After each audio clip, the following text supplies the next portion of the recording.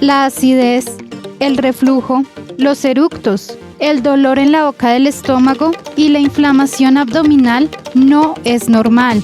No se acostumbre a vivir con estos terribles síntomas que le están avisando de posibles trastornos digestivos. En este episodio vamos a descubrir cuáles son los trastornos digestivos más frecuentes, cómo afectan nuestra vida y qué podemos hacer para prevenirlos.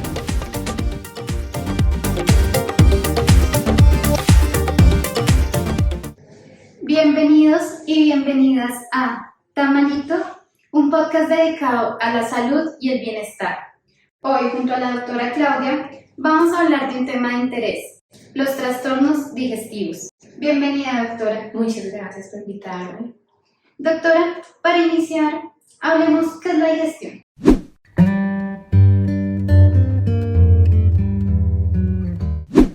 Bueno, la digestión es ese proceso mediante el cual el cuerpo convierte los alimentos en energía química que va a utilizar para ejercer todos sus procesos metabólicos. Es la manera que el cuerpo utiliza para obtener materiales de reparación porque estamos en constante producción de células y de sustancias y esa es la materia prima con la cual el cuerpo hace todos estos procesos. ¿Cuáles son los principales trastornos digestivos?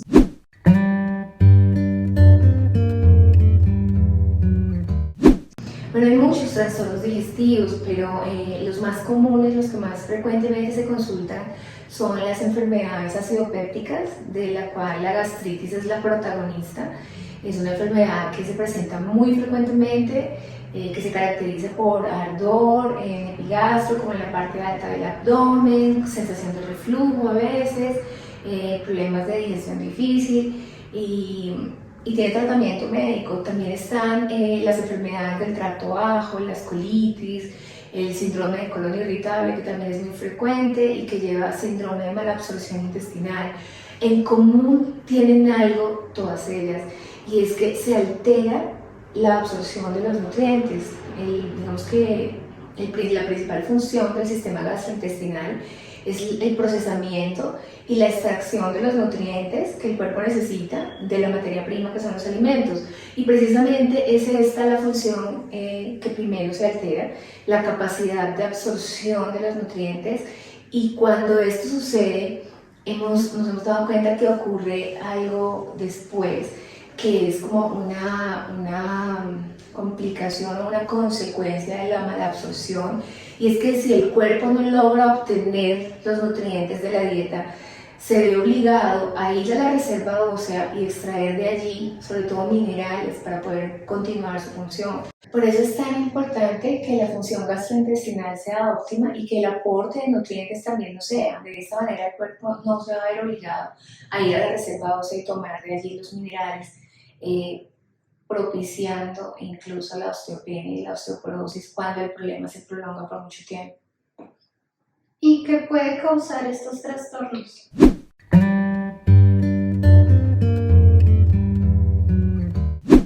Bueno, muchas veces el síndrome de malabsorción intestinal es causado por la presencia de lactosa en la dieta.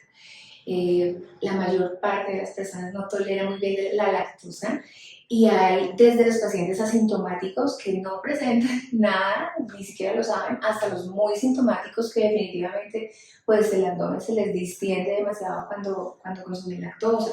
Es una de las principales causas de malabsorción intestinal y de colon irritable. ¿Hay diferencia entre la leche que es lactosa descremada entera?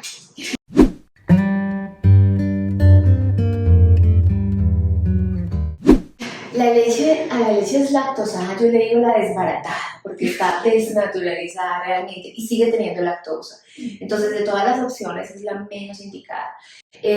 Casi siempre estamos optando por las leches vegetales, porque el problema de la leche de vaca no es solamente la lactosa, también es el exceso de grasa. Pues tiene tanta grasa que es suficiente para que se engorde un becerro que nace pesando 40 kilos y al año ya pesa 400. Esa es la cantidad de grasa que tiene. Nuestro cuerpo no tiene la capacidad de metabolizar esa grasa y empezamos a acumularla en forma placa teromatosa obstruyendo las arterias y también a nivel hepático produciendo hígado graso. Entonces no es bueno esa cantidad excesiva de grasa. Las leches vegetales, en cambio, tienen el mismo aporte de minerales con muchísima menos grasa, o sea, con grasas insaturadas. En el caso de las leches, por ejemplo, de almendras o de coco, que son grasas de mejor proceso y que son mucho más beneficiosas para el cuerpo. También se pueden hacer de ajonjolí, de piste, de arroz. Bueno, hay infinidad de opciones que pueden buscar en internet para poder hacer la transición de la leche de la lactosa a una leche libre de lactosa. ¿Y los picantes también inciden en la aparición de los trastornos?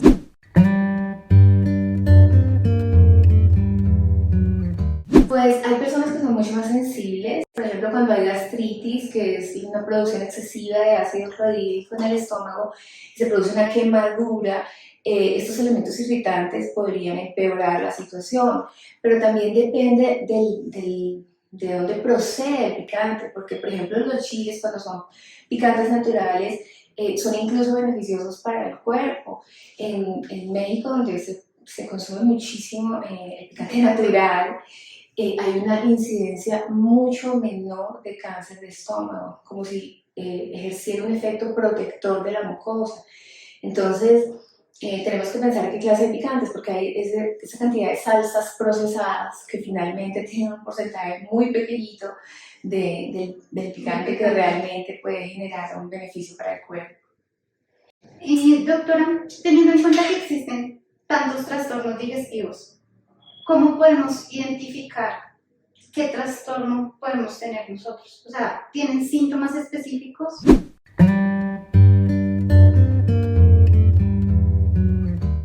El sistema digestivo tiene una parte superior, las vías digestivas superiores y las vías digestivas inferiores. Las vías digestivas superiores incluyen el esófago, el estómago y la primera porción del duodeno. Allí se presentan las esofagitis por reflujo, que es la quemadura cuando el contenido gástrico se devuelve hacia el esófago y se produce una quemadura de la mucosa. Las gastritis y las duodenitis, esto generalmente los pacientes presentan dolor en la parte alta del estómago, del abdomen, del ombligo hacia arriba, distensión o inflamación, la sensación de que se le devuelve la comida, aunque no todas las personas que tienen reflujo presentan el síntoma de tener esa sensación. Hay muchas personas que no lo sienten y sin embargo tienen el reflujo.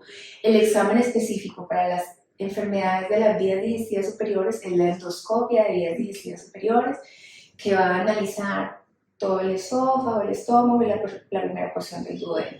Ahora, las vías digestivas inferiores se analizan mediante la colonoscopia.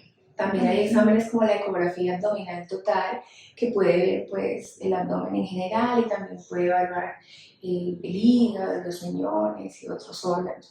Pero en términos generales, para mirar la vía digestiva de manera interna, sería la endoscopia en cuanto a la parte superior y la colonoscopia para la inferior. Y otros exámenes más complejos, de pronto más profundos, sería la tomografía axial computarizada o la resonancia magnética nuclear, que se usa de pronto en enfermedades como el cáncer o tipos de tumores o para buscar lesiones que ocupen espacio. Doctora, ¿estos trastornos tienen cura?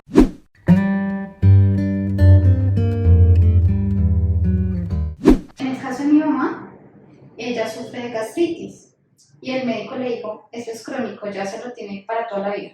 Sí, mire que desafortunadamente la medicina tradicional da como enfermedades crónicas a una gran cantidad de patologías que hemos descubierto con la medicina alternativa que sí tienen cura, que sí tienen mejoría. Principalmente hay que corregir la dieta y esa es la gran diferencia que tenemos entre la medicina tradicional y la alopática. Nosotros trabajamos con la dieta del paciente y muchas veces hemos observado que solamente con los cambios dietarios el paciente mejora. Ahora hay que mirar otras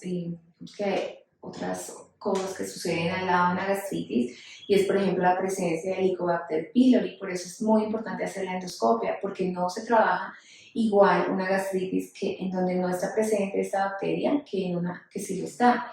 Es más complicada, tiene un tratamiento, un proceso un poquito más complejo, pero también puede mejorarse. Hay otras enfermedades que sí definitivamente son crónicas o que se descubren muy tarde y ya no se puede hacer mucho por el paciente, como las enfermedades tumorales malignas en casos avanzados. Pero en estas enfermedades inflamatorias pueden mejorar muchísimo con los cambios dietarios y con tratamiento médico, claro que sí. Nosotros trabajamos con homeopatía y, como te digo, hacemos la transición para enseñarle al paciente a nutrirse, para saber identificar cuáles son los alimentos que no le están conveniendo y poder reemplazarlos para que tenga un equivalente que le ayude a hacer procesos reparativos. Ese es el enfoque de la medicina homeopática. La nutrición es muy importante porque las personas que padecen trastornos digestivos como la gastritis, hay un punto en el que no saben qué comer y qué no comer porque todo les cae mal. Sí, claro. Y entonces empiezan a evitar muchos alimentos que no es que sean malos, sino que en ese momento no están pudiendo procesar de una manera adecuada. Si mejoramos la inflamación, si empezamos a reemplazar esos nutrientes por otros, le enseñamos al paciente a saber cuáles debe evitar realmente, podemos acortar el periodo de tratamiento, porque la dieta sí influye muchísimo. Doctora, ¿qué es la flora bacteriana?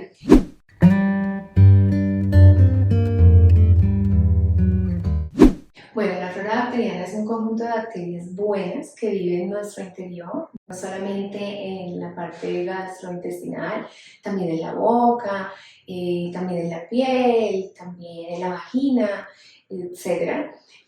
Pero son bacterias que, a grosso modo, nos ayudan a defendernos de otras bacterias que sí son patológicas. ¿De qué manera? Ellas viven en simbiosis, que es una manera en que no nos afectan y que su población evita que otras bacterias malas proliferen. Entonces hay que mantener esa flora bacteriana muy saludable para evitar la proliferación de bacterias malas. Por ejemplo, hay un evento en el que se puede alterar la flora bacteriana, que es cuando tomamos antibiótico. Cuando tú haces un tratamiento de antibiótico para cualquier infección, la flora bacteriana se afecta. Por eso, al terminar el tratamiento, debemos repoblar la flora bacteriana. ¿Y cómo hacemos eso?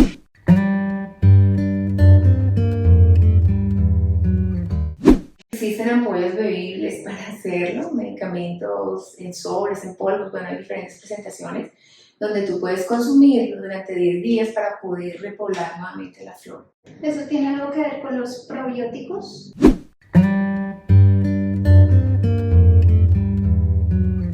Sí, algo así tiene que ver. Lo que pasa es que, bueno, hay alimentos que vienen adicionados con probióticos, pero para repoblar la flora bacteriana después de un tratamiento de antibiótico necesitamos hacerlo con una cantidad muy específica que ya está estipulada en las presentaciones farmacéuticas en el mercado. ¿Qué relación existe entre el estómago, nuestra salud mental y el manejo de nuestras emociones?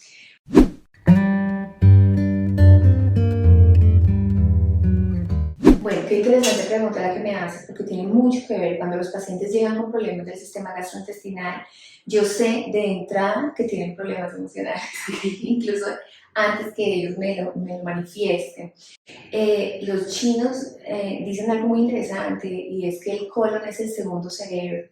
¿Por qué lo dicen? Porque hay una gran cantidad de receptores neuronales en el colon. Las emociones no son solamente pensamientos fugaces, desatan cambios químicos en nuestro cuerpo. Las emociones positivas que nos hacen felices, que nos generan bienestar, hacen que produzcamos endorfinas, que son sustancias muy benéficas para el cuerpo. Es por eso que cuando estamos enamorados decimos que tenemos mariposas en el estómago. Algo así, y todo lo vemos bien, tenemos esperanza, tenemos ilusiones, no le vemos problema a nada. O sea, todo es maravilloso porque estamos en un estado de bienestar. Lo contrario sucede cuando estamos presentando emociones negativas, que son muchas, no solamente la depresión, también es la ira, el estrés, la desesperanza, el pesimismo. Hay muchos estados emocionales que tienen en común la producción de catecolaminas, sustancias que son saboteadoras de los procesos metabólicos en el cuerpo, que producen muchos efectos que no son muy deseables, y en todo nivel, no solamente a nivel gastrointestinal, sino también a nivel circulatorio, hormonal, etc. Entonces sí nos afectan, porque esos receptores neuronales van a captar estas sustancias químicas y las van a las van a detectar no como una emoción, sino como una sustancia química que va a producir un efecto indeseable. Y hemos visto que muchos pacientes que están bajo estados de estrés o que están deprimidos, que están alterados emocionalmente, presentan problemas gastrointestinales. Por ejemplo, la ira se relaciona mucho con la gastritis y la gente cuando está muy estresada, cuando entra en esos episodios de rabia, puede tener un evento gástrico agudo en ese momento porque produce un chorro de ácido clorhídrico que termina quemando la mucosa estomacal y produciendo el dolor. ¿Qué complicaciones se pueden dar a nivel de trastornos digestivos?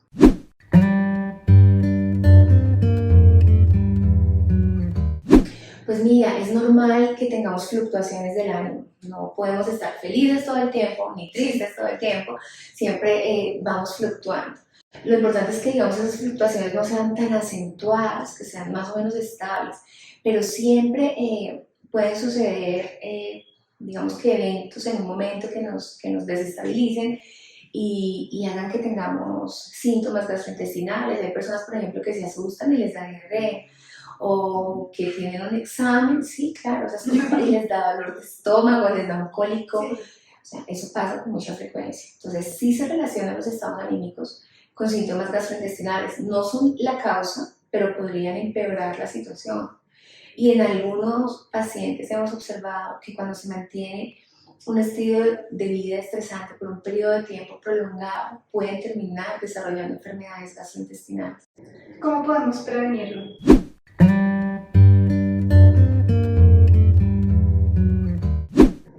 Bueno, las enfermedades gastrointestinales principalmente con una dieta adecuada, con una abundante variedad de nutrientes para que esto permita que el cuerpo obtenga todo lo que necesita para hacer procesos reparativos y guardando una salud mental más o menos estable, realizando ejercicio, porque hay maneras de hacerle trampa a la mente para que produzca más endorfinas, que son sustancias del bienestar, reírse, salir, hacer ejercicio, tener amigos, desarrollar una actividad que te haga feliz, todo eso hace que produzcas endorfinas y que tu cuerpo mejore en todo sentido.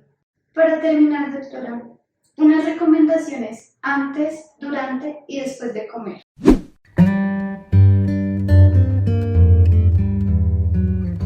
Digamos, hay muchas personas que después de comer se acuestan a dormir.